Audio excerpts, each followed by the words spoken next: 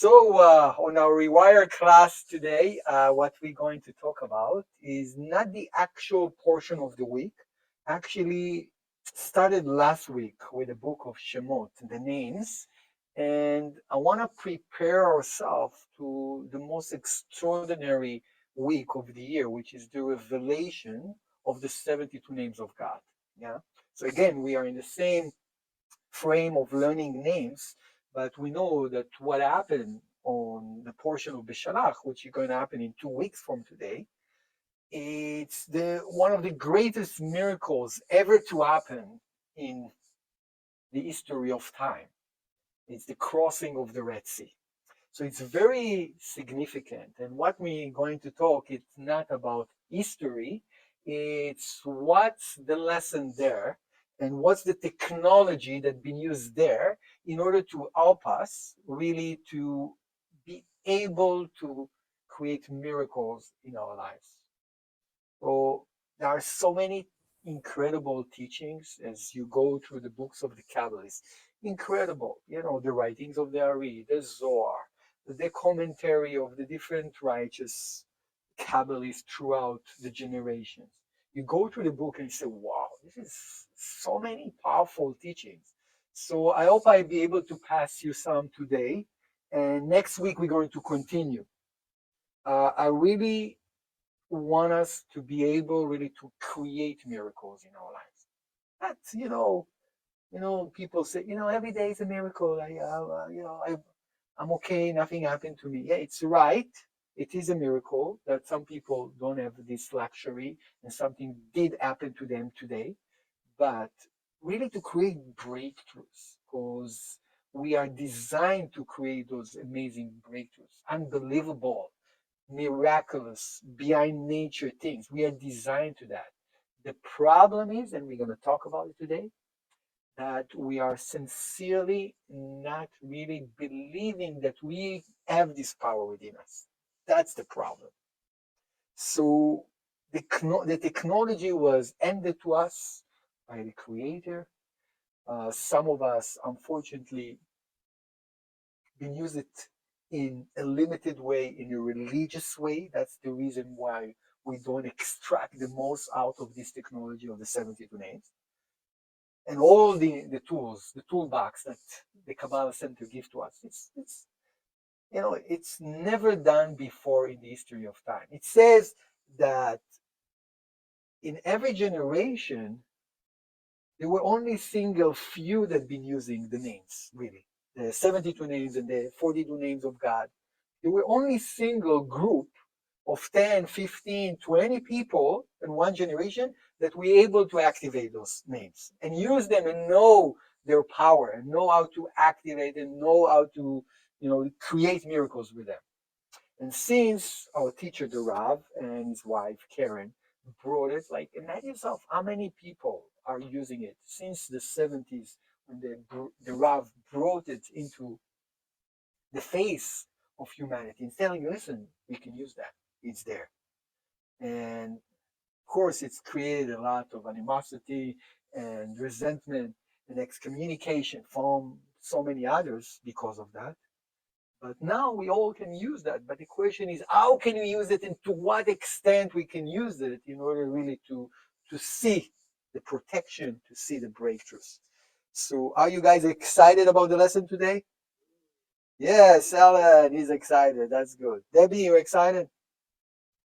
You are the only two that I can see right now on my screen. So I know there are a few more. I know that Batya also started Kabbalah 4, so he stole some of our audience. That's fine. We okay with that.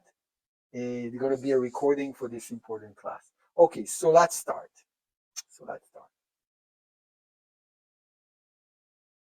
Okay, so this is like some of those names in a nice picture. So we know that there are 216 letters within the 72 names. Each name has 3 letters combination.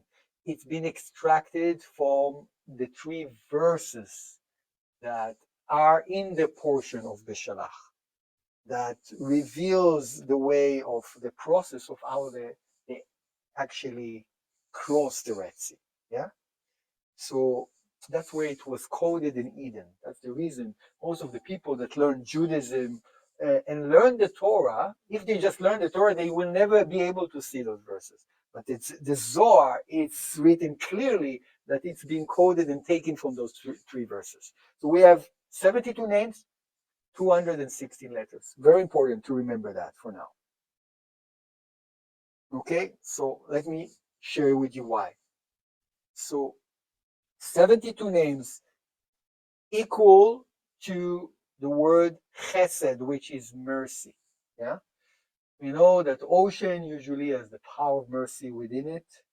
Chesed, it's the energy that comes from one of the levels of the energy that comes from the Creator. And Gvura, which is judgment, it's 216, the numerology. Okay, interesting. So one refers to the letters, 3 times 72 names, you get 216. Now, what's really going on? So it says in the beginning of creation, the Creator created this universe, the world. It says bemidat adin, in the attribute of judgment. What does it mean? It means that the world was designed and created in the place of very close cause and effect. You're doing something wrong, immediately you get the slap. No time, no mercy. Okay? Cause and effect. There are straight rules. You're doing the right things, you are rewarded. You're doing the wrong things, you're being, punished, as you call it. Yeah, it's not punishment, it's really cause and effect. But cause and effect was, so direct that in the beginning of creation, the Creator noticed that it's impossible because the world will collapse in 2 seconds. Because we are the only creatures that will go into fire. Yeah, if you put a baby, what the baby will do? You see a fire, you see a baby animal and a baby human. Put that fire near them, big enough to kill them. The baby is going to go into the fire, no question asked, nothing. You know what's our nature?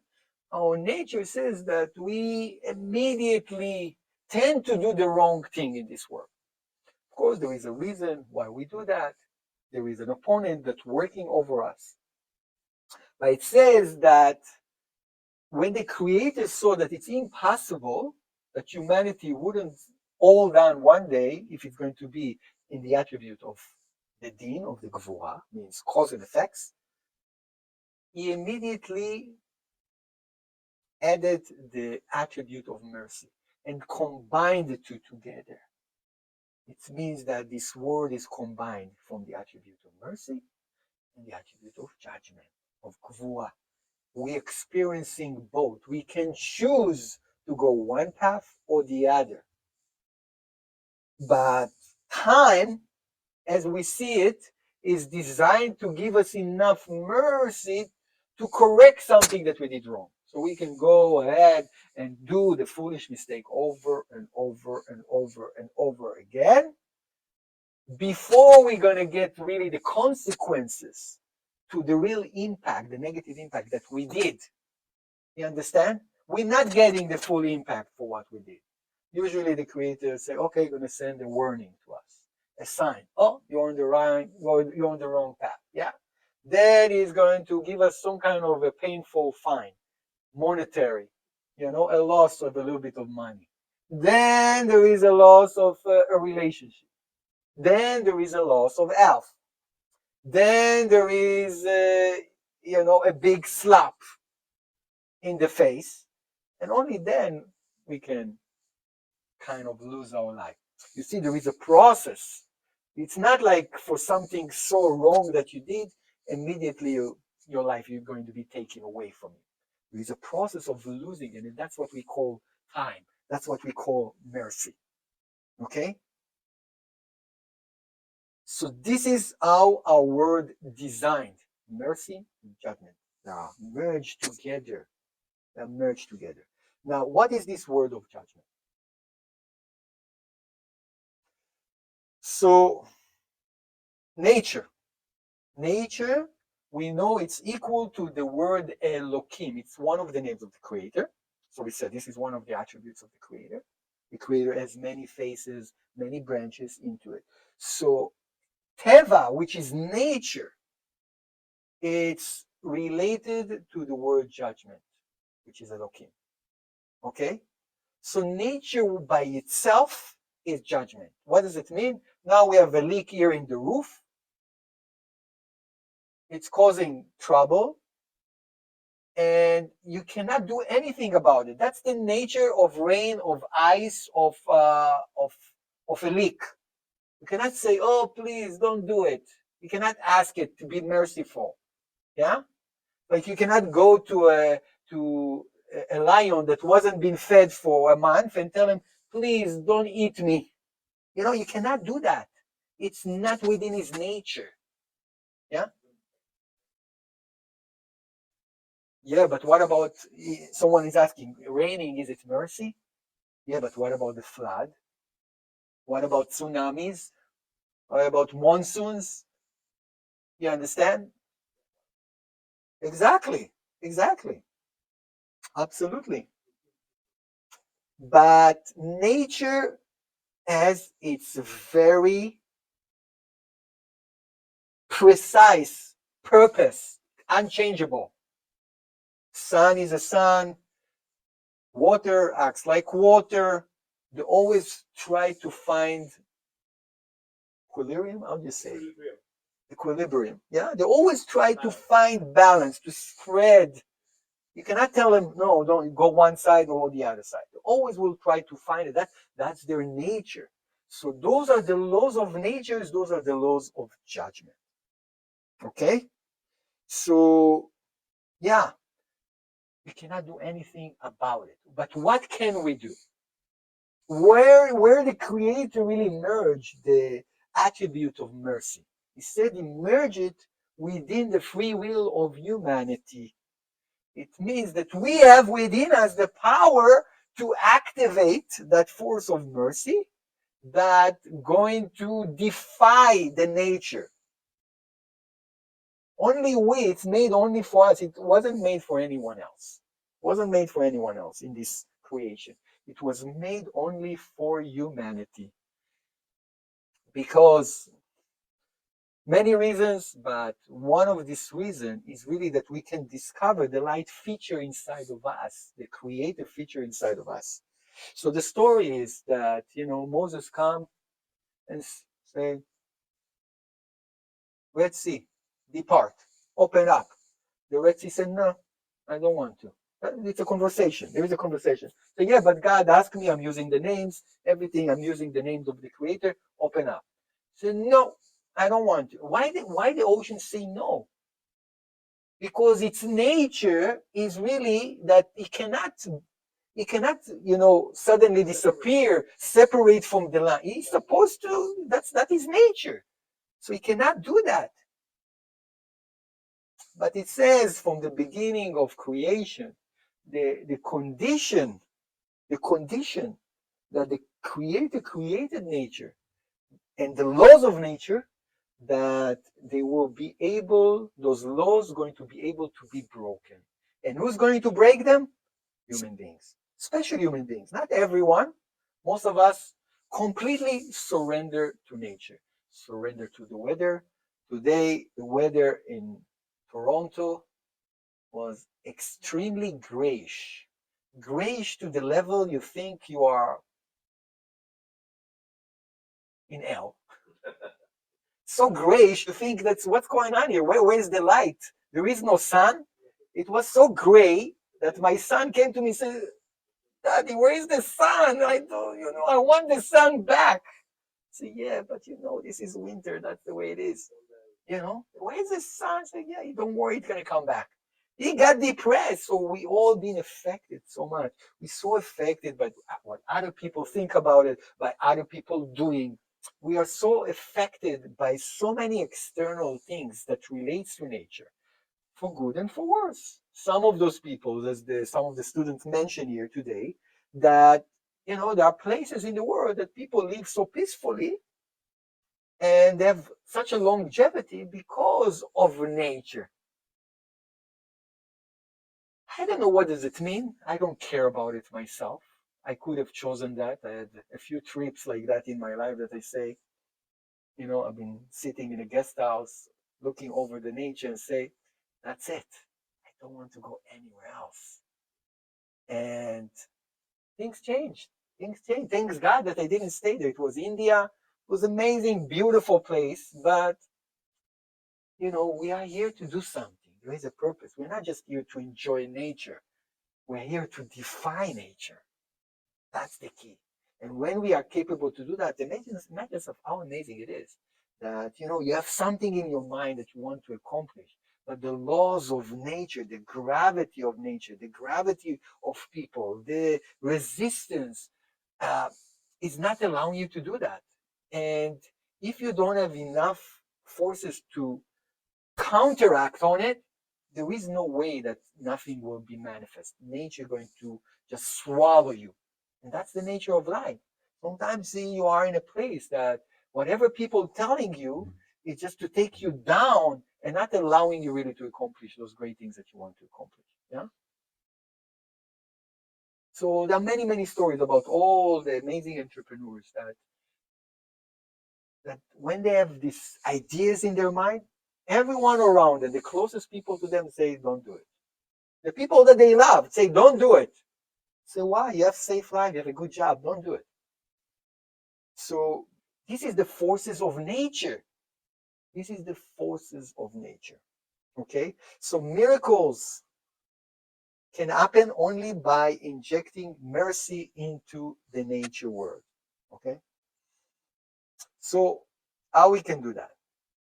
He says that the problem we're not able to really activate the life force of the creator is a term that's been said in the Torah in a few places, clipping the branches. We are actually cutting the branches and thinking that the branches is the source. But it doesn't work this way. The branches never are the source. The branches is a very, very like a process that comes later on the place of the seed. First is the seed, then there are the roots, then there are the trunk, then there are the branches, then there are the smaller branches, then the leaves, fruits, and so on and so on. So this is how we need to really understand. Michael Berg shared with us a couple of years ago some secret how we can activate truly the 72 names of God. So probably we all scanning it, we all connecting to it to one level or another. I connect to it on a daily basis, very early in the morning. And what I learned from Michael Berg, is that everything that relates to the names, we need to remember they are just the branches. It's not the origin. What is the origin? What's the origin? Exactly. The creator is the origin.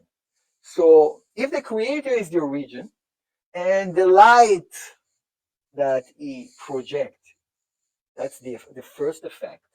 So it says that it's the relation between everything is the soul of the effect that coming afterwards. So we always want to connect to the origin. We always want to connect to the source. We always want to connect to the seed. That's what we want. But in order to do that, what we should do? So this is the tetragrammaton. That's the original. That's the source name. That's the names of all names. Okay, that's the 4-letter name. It says that everything started from there. Even that, it's not the creator, but it's the closest, in a way, to the light force. Okay, that's the closest. That's the most important name. So we know that the endless light is constricting the endless light of the creator into those tetragrammaton 4 letters name. Yeah, first. That's it. So we need to remember that when we're scanning any of the 72 names as a chart or as a single name, because we know every name means something. It's good to learn. The 72 names actually engraved inside of each and every one of us. They are part of our not just DNA, it's our part of our celestial body. Yeah.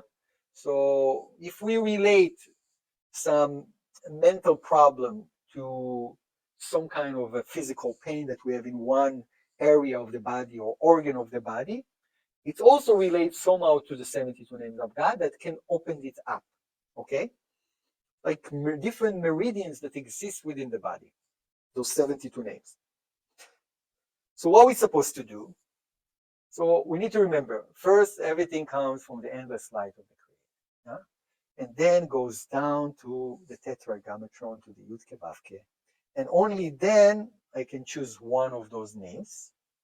And only then, as a result, from this name, number 5 on the 72 names of God, I receive the healing energy. But I have to remember what's the source of everything, okay? So I'm envisioning, we can do a meditation about it in the end. But look what it says here in the Zohar. I'm going to read the Aramaic first.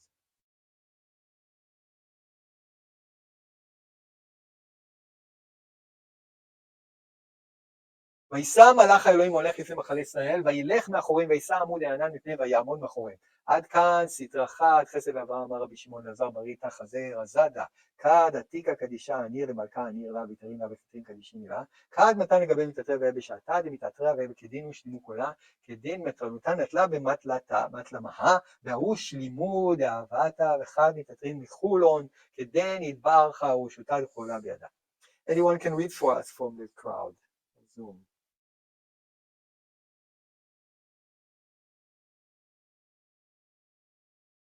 Any volunteer? Alan, can you speak?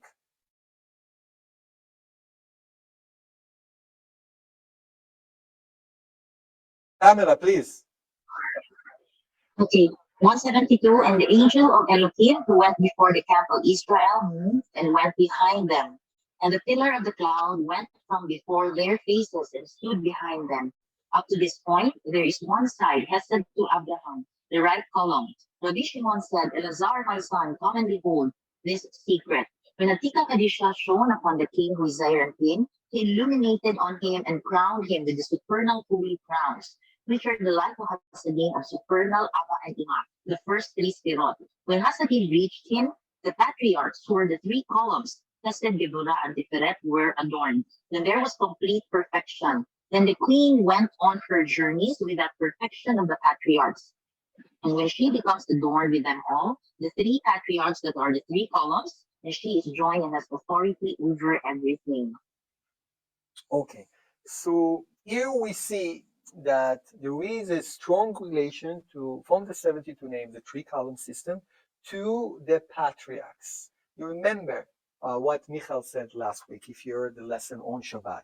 So what he told us is that those patriarchs, it's actually Abraham, Isaac, Jacob, and David, they're all parallel. They all relate to the tetragrammaton, one for each one. They were the one that reinvented. They're the one that created a new reality. They were the one that were the chariot to bring this ability to the world, what we're talking about, and the power of that mercy power. Yeah. So it says that in order for us to connect to anything, we have to connect to the patriarchs, knowing that, if the light, the endless light, is the first, also we need to remember who were the first human that were able to connect to the light in that way. That's also a way, because it's more tangible. Sometimes thinking about the creator, light of the creator, it's a little bit abstract, isn't it? So you connect to the righteous soul, you connect to the pioneers, the ones that did it.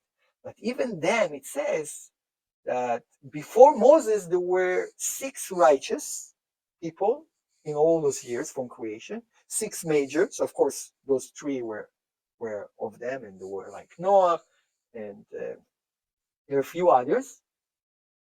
But Moses was the 7th one.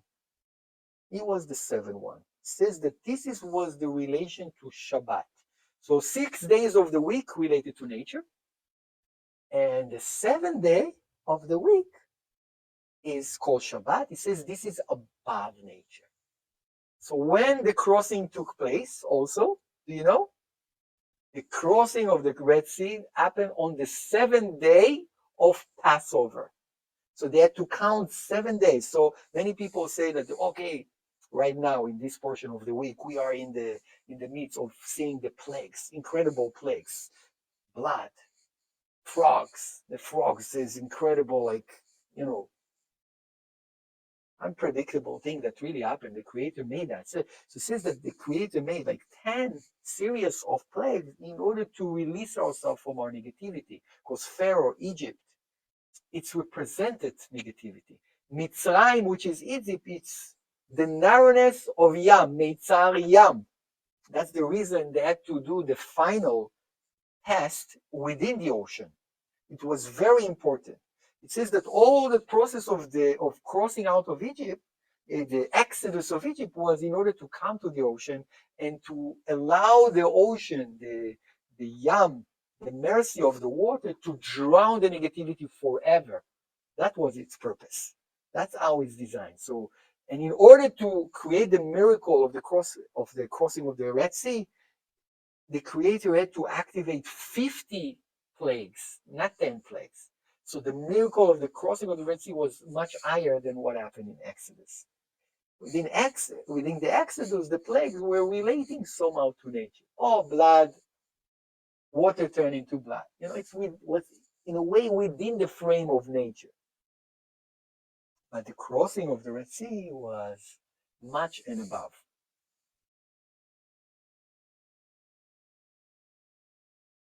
Any questions so far?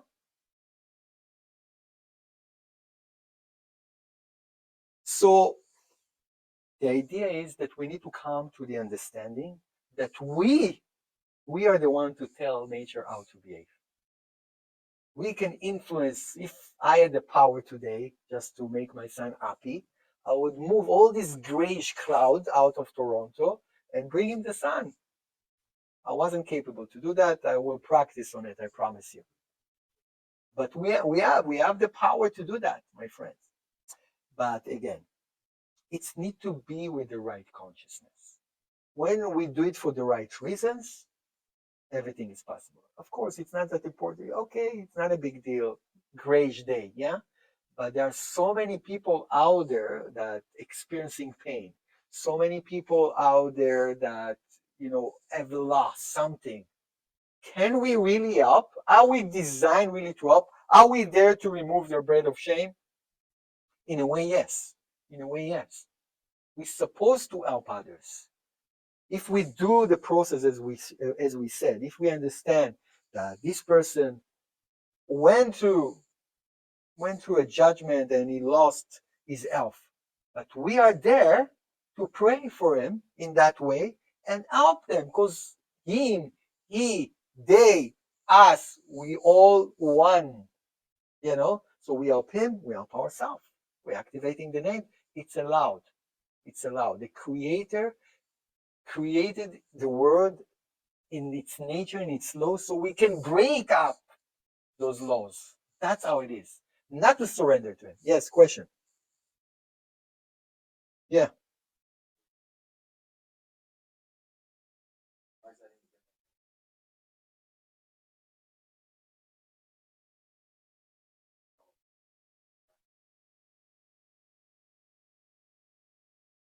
Yeah, so in a way, it's kind of the plagues been using the forms of nature. Frogs, it's a frog. Blood, it's a blood. Uh, you know, uh, what we had there, like lies, yeah, and all of it. It's kind of the use of nature, you know. But water to stand still and to go against gravity, in a way. Even though, of course, everything was miraculous. But it says, in order really to tear apart the ocean, there was needed to even more forces out of the Creator, activated more forces out of the Creator in order to make it happen. It's called Atika Kadisha. So the activations the Creator told the Israelite, you cannot come to me from your standard place of belief and certainty. You have to reach out to complete different level of certainty. It's called atika, understanding that maybe you didn't earn such a power, but there is a place that you can draw from this power. That's the point.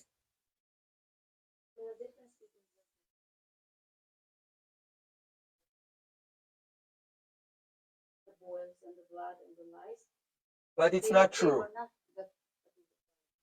Yeah, so it's not that the Israelites weren't affected.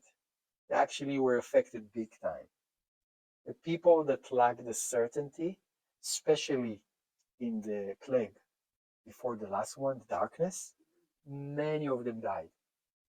Many of them died. And that's what happened to most of us. In the place when we are experiencing darkness, we lose all our faith. We lose all our certainty. So many of them actually died.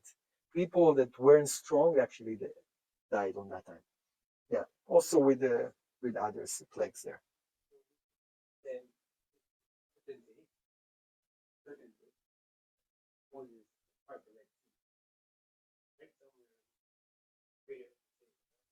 Yeah. True. So yeah, we're gonna read this verse soon. You're right. Yeah. So we're supposed to tell nature how to behave. This is the process of understanding what happened there. So, but what happened is that it says that Vayaminu be'Hashem u'b'Moshe Avdo. So the moment they start seeing all these miracles happening, especially after the crossing of the Red Sea, what happened? And the Israelites start believing in the Creator and Moses. Because in the beginning they were very skeptical. Even afterwards they become skeptical again about Moses and say, "Oh, what you're doing," and they always kind of doubt his abilities. But say after what happened, it says that they really believed in him. Yeah. And what Moses in the end of his days say about the Israelites says, "Ki dor tapuchot ema banim lo emun bam." Says this is the generation that is able to bring revolution, but no certainty within them. That's how he concludes. Says they had so many opportunities. They had Egypt, they had the crossing of the Red Sea, they had the manna in the desert, they had the protection in the desert. They had so many enemies. So many opportunities, but they were lacking the certainty. So what is this deal? It says that the moment we believe in someone, we actually ending in the power to do things. So Michael Berg shared this amazing story. It's happened a few hundred years ago, in the time of Seer of Lublin. He was a kabbalist that was blind, and he was the leader of the generation. At that time, he was very capable. And his students decided to go to visit him. Okay? So he went on the road, he had to stop in a hotel and stay the night. And he stayed in this inn, was drinking something. Suddenly this woman that was the owner of the inn coming to him and said, "Oh, I see that you're such a righteous person. And you seem to be so holy. And I need your help. My daughter is terribly sick. And we don't know what to do. We turn to everyone. I believe that you can heal her." Said, "I don't know what she's talking about. I'm not a kabbalist. I'm not this." Said, "No, I'm not." Said, "Even better, he's humble. Please come with me now and heal." So, of course, he learned something from his master, what the words to say. So he's reading the first verse, boom, the daughter gets better. And getting better and better and better. Say, you see, you have this power, it's incredible. That's it. He went back to his city, stayed with his kabbalist, their Seer of Lublin. After a few years, they had another issue. They wanted to get her married, and it didn't happen. So said, we have to go and look for that man. So they go into Lublin and entering to the place where the Kabbalist, the Seer of Lublin, sit, and all his disciples, all his students are there. And as they enter to this all place and they meet, they see this person again, they're shouting, "Hey, you are the miracle maker, and come and help us, we need you again." And this guy is embarrassed, he doesn't know what to do. All the Kabbalist is standing there, his master, and they're looking for answer for him, and they're looking for healing from him. So everyone is amazed. They say, no, no, no, you have to come with us. You did it once, you can do it again. So they take him out. So the students were like amazed. So what's going on here? So the Kabbalist told them, because they believed in him, they actually activated the power that exists within him to do that. And this is what we are supposed to do. The condition is that we all skeptic towards one another abilities. And we kind of blocking each other to do things that are above nature. The first is that we don't believe in ourselves. Second is that we don't give the power to others also to do that. And if we allow that, most likely that we're going to experience more of those miracles over and over. So this is the famous verse. Daber Bnei Israel v'Esau. So Moses is shouting in the name of the Israelites to the Creator. The Creator say, Mati tzakelai, why are you calling upon me?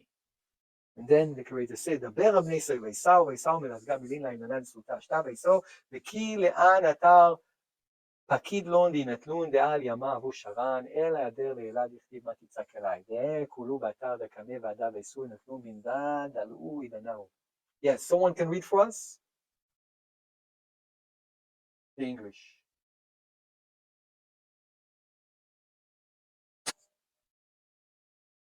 I'll read it, David. I couldn't before, but I can now. Speak to the children of Israel that they go forward, meaning that they should go forward and refrain from speaking excessively, because now is not a time for prayer. He asks that they go forward. To which place did he command them to go, seeing that they were camping by the sea? He answers, it refers to the above, as it is written, why do you cry to me? Which means Tiferet.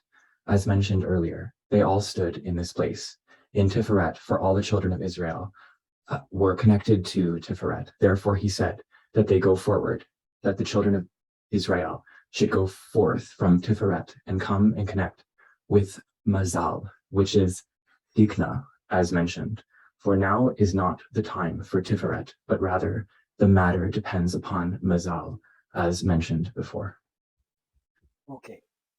Says that the approach of the Israelites in their prayer, even though they were calling upon the Creator, they're calling a name of the Creator that couldn't really help them in that case. And when he said, just move forward, just go, just move. And this is really a very strong lesson here, that instead of sometimes just pray, just take an action. A mother saw a child stuck in a car or falling onto the wheels of the car, and she just came and lifted the car. She was able to lift the car and release the baby. Where she got the strength from? She pray, say, oh God, please help me? No, she just moved forward and activated something inside of her this is what we're talking about. You understand? It's not just a mother that feels so pain for a baby that she have to do something. This is how we have to look at life, pretty much. And that's really the connection to Mazala. Mazala is the chamber of free gifts. It's a chamber that if we access it, everything is possible. This is Dikna, this is Atika Kadisha, as it says. Those are places, they are so high and above that they're connecting us pretty much closer to the source.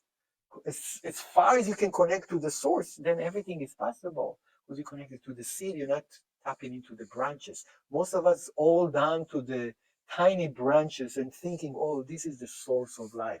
No, it's just that's the tiny branch of infinity. And that's where the problem starts. How to connect to the root, to the DNA. Any questions from the crowd? On Zoom. The Zoomers. Yes. Nachshon ben Aminadab. Yeah. So when you said move forward, so there was one guy that represented what is move forward. And what was his name? His name was coded. It's also a code. Nachshon, is a word called determined. He was determined. But don't think for a second that the moment he stepped in, everything started to ascend. They had to be there in the water to almost drown, water coming to their foreheads, and only then water split. Exactly like the baby under the wheel. Always seems like this is endgame and a miracle happened. But to be Nachshon means certainty. It means determined. This is what it means. And he was the key. He was an Aries. It's a symbol of the Aries. I mentioned that a few times in classes. It's good to mention it again. The energy of the Aries, the child, like it's Abraham, Isaac, Jacob, Moses. All of them were Aries energy. They were pioneers. They were fearless. Take a breath in, inhaling light, and exhaling all the stress of the day, the stress of the month.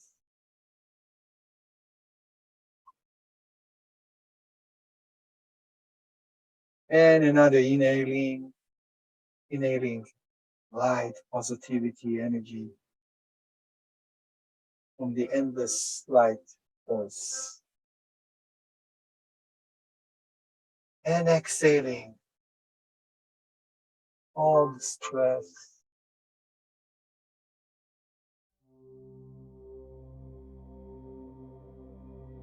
And third time, inhaling oxygen, life, breath, light. And exhaling all the stress.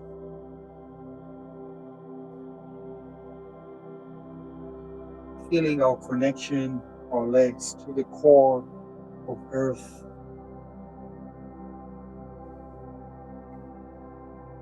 Feeling the power of connecting us to Malchut.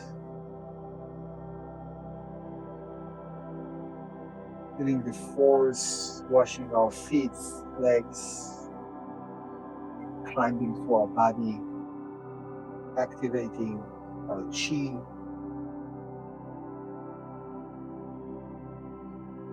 Going to all the organs, relaxing all the muscles in our body.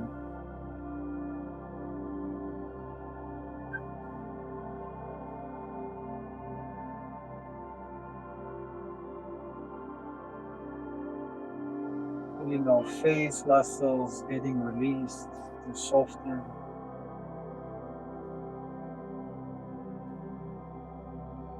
Keeping a tiny smile. Our face, lips. And feeling the endless light entering our crown chakra. Filling ourselves with light.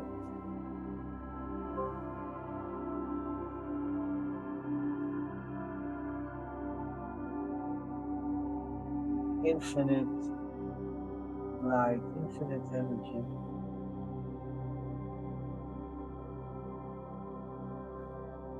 In a white color.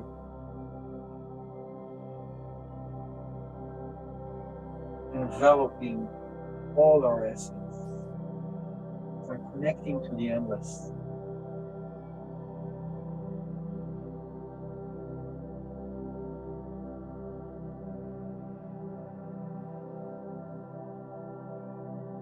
The first phase, the end is contracting itself into the four-letter name of God, the Tetragrammaton. So take a glimpse, and just see the shapes of the letters, the Yud, the K, the Vav, and the A of Malchut.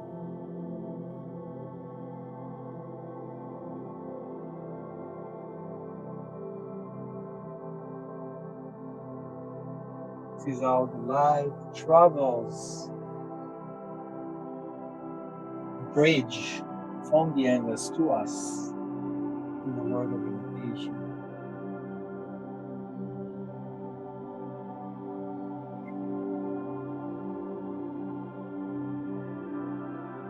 Now it's bridging even further, something more specific.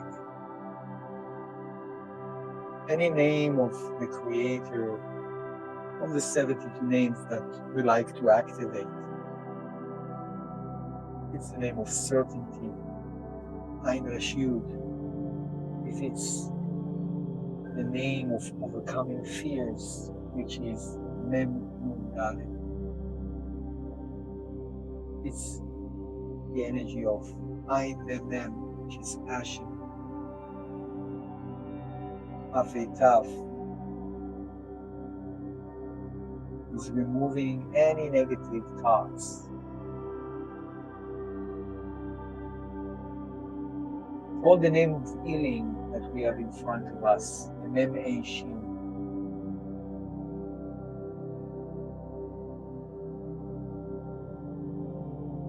It's one of the most important names in the 72 names of God.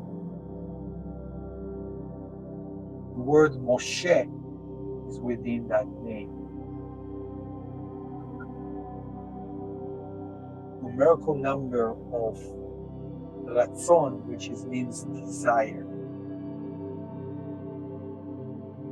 Awaken desire. Healing starts when we are awakening desire. We're awakening urgency. When we understand that we meant to command nature to change. Knowing that the endless light supporting us, remembering that this is the source.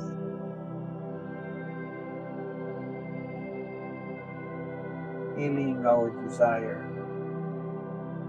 believing in our own power to generate healing for us, for others who need.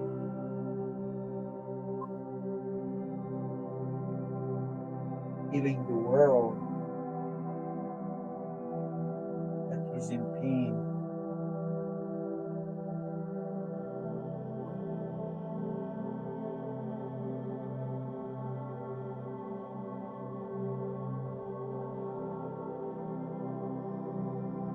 Bringing more mercy to the world.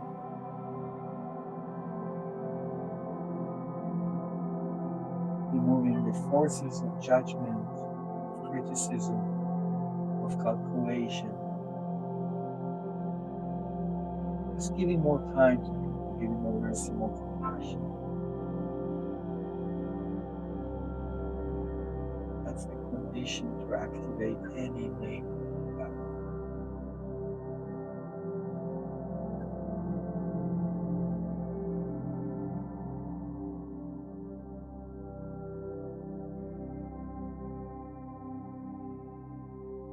There's so much more need for compassion and mercy.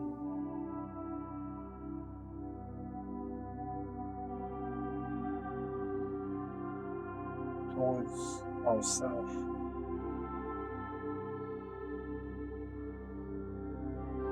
Each and every one of us are judging ourselves way too much.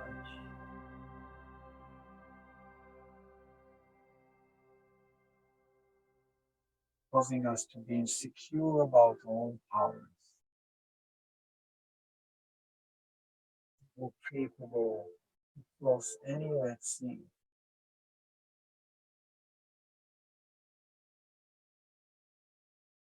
We are connecting to the end source.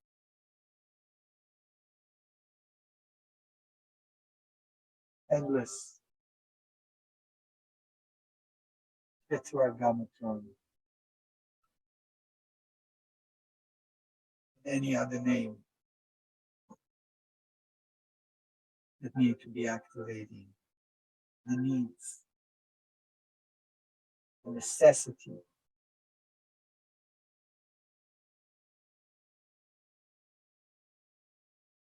the urgent things that need to be changed in our life, demanding them, desiring them.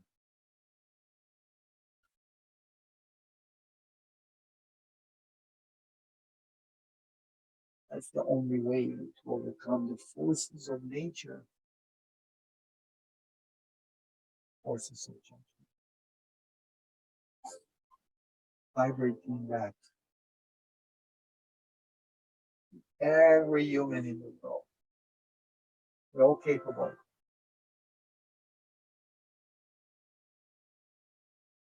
That's how we can end the chaos.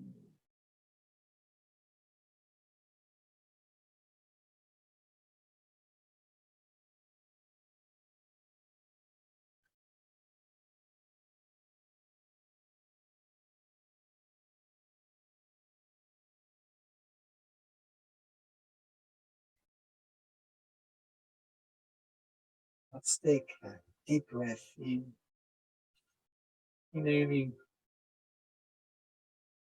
endless light, internalizing our intention today, exhaling any doubts, inhaling again, exhaling.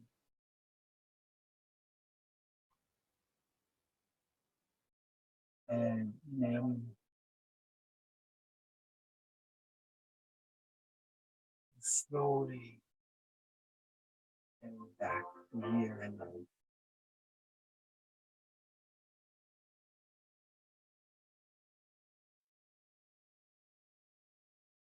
Okay, beautiful.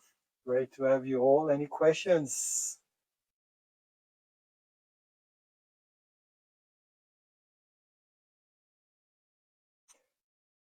So that's just remember in Toronto we're gonna have the new moon, upcoming new moon, Sunday, coming together, connection.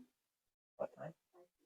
5 p.m. here in the Toronto Center with amazing workshop, global transformation, activating the endless power.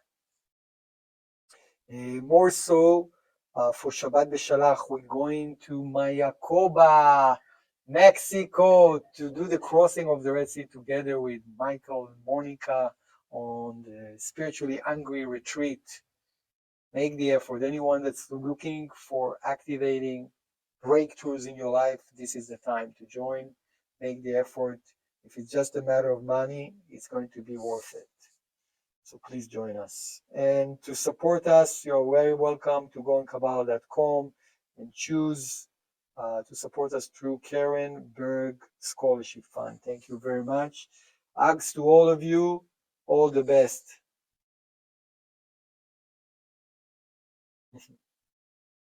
Thanks, David. Good night. Night. Thank you, David. Good night, everybody. Thank you. Good Good night. night. Good night, everyone. Thank you, Bye, David. everyone. Wonderful class. Thank you, Thank you very everyone. much. Thank you. Thank you. Thank Good you night. very much. Good night. Good night. Good Good night. night. Thank you.